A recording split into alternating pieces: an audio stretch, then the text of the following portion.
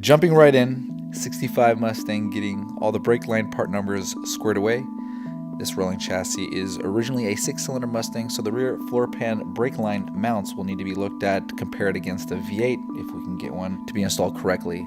And the main goal of this video is to determine what part numbers, what brake lines I will need to order that will best mount up to this application. Everyone to CJ Pony Parts, to Facebook, Mustang rebuild groups recommends using Classic Tube. But Classic Tube, they want specific applications before they can recommend a complete brake line kit. So let's rattle off a few specs before we forget anything.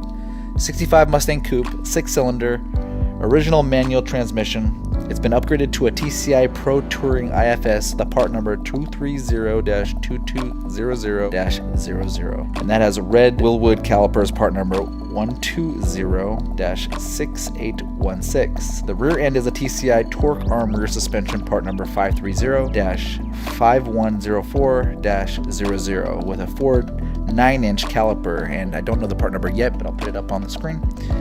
The drivetrain will be a small block 351 Windsor mated to a Tremec TKX transmission.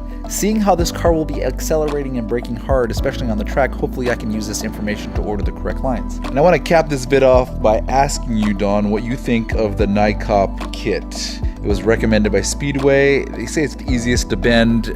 They say it might not last as long as stainless, but I mean, will it not last the lifetime of me? Will it outlive me? They have this Speedway 3/16" nickel copper AN brake line kit right here, and this thing's pretty cool. Actually, I wonder if it has stainless braided lines, because if so, oh yeah, the braided lines are stainless steel AN3.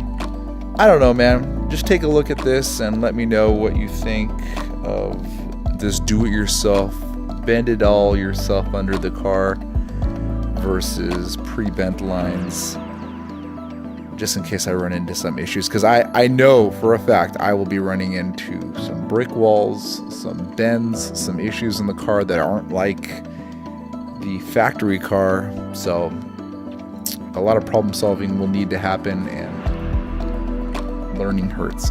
That Scott Drake also makes a pre-bent line, and Speedway recommended a NICOP. They have a die set for about $146 that does a 147 degree fitting. I'm not sure what this means, but they have a flaring tool which is about $250-ish that does a 45 degree flaring. The brake lines are measured at 3/16, or they have AN3. They're a little bit different as far as the fittings are concerned, but to be honest, I don't even know what the heck an inverted flare is. They say that has to do with stainless, but I'm putting all this information together, and Don, if you're watching this video, recommend what flaring tool I need to buy.